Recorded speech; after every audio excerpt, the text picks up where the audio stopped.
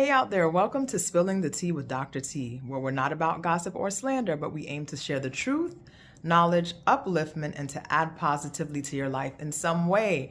First, I just wanted to say thank you all so much for your overwhelming support of my first book, which will be officially released tomorrow, December 7th, Ditching Abandonment. From the encouraging words, everyone pre-ordering, from people, purchasing books from me directly, to people just saying that this book is really needed. I am just so grateful. People, really making an effort to come to the book launch. I'm so grateful for all of the outpouring of support, and I'm excited to see what the Lord will do with this book, his book, because he gave me this book. And my prayer is that it will bring some healing to someone. It will bring some awareness, that it will really help someone the way that the revelation of it has helped me. So thank you so much. I'm actually trying to prepare for this book launch tomorrow. I have so much to do. After this, I'm headed to the hairdresser to get this hair done because there's a lot going on underneath this hat.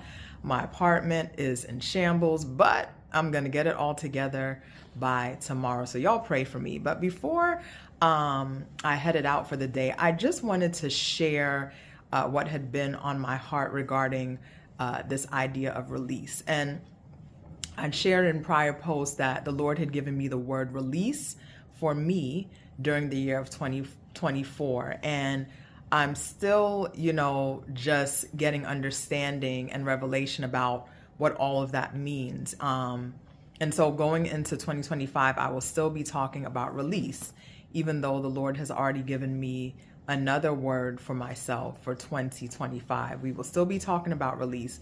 And primarily so far, I've been talking about things we need to be released from. So being released from our pain, being released from our past, being released from unhealthy people, being released from procrastination. And of course, that list is not at all exhaustive. There's so many things that we need to be released from, but I hope in sharing those few things that it will begin to just trigger your thinking into other things you need to be released from. But another important thing I wanted to talk about being released from before we leave the year of 2024 is this idea of being released from patterns. It's time for us to be released from patterns. And what I mean by patterns are unhealthy patterns, because there's good patterns we should be continuing. And then, of course, there are unhealthy patterns that we should be continuing. And patterns are just behaviors, are just scenarios, circumstances that we keep repeating that are just not good for us, that are detrimental to us, that are destroying us. And oftentimes behind the patterns, the negative patterns we repeat, there is a pain. So often when we repeat a negative pattern, it is connected usually to some sort of pain. And either we're repeating that pattern because we're making more poor choices, very poor choices, or we're repeating that pattern because we're trying to bring some healing to some sort of pain, and we don't know how to do that in a healthy way. So we take up the unhealthy behavior or pattern to soothe our pain. And so unhealthy patterns are things, of course, like any sort of addiction, any sort of drug addiction, alcohol addiction, tobacco addiction is an unhealthy pattern. Eating, overeating, comfort eating. A lot of people struggle with that. People will say, I eat when I'm hurting, I eat when I'm in pain. And sometimes I do that as well. That's an unhealthy pattern. Pornography, gambling, all of those things are unhealthy patterns that have us in bondage. And as I said, so sometimes it is due to our choices, but then there's the issue of the spiritual component.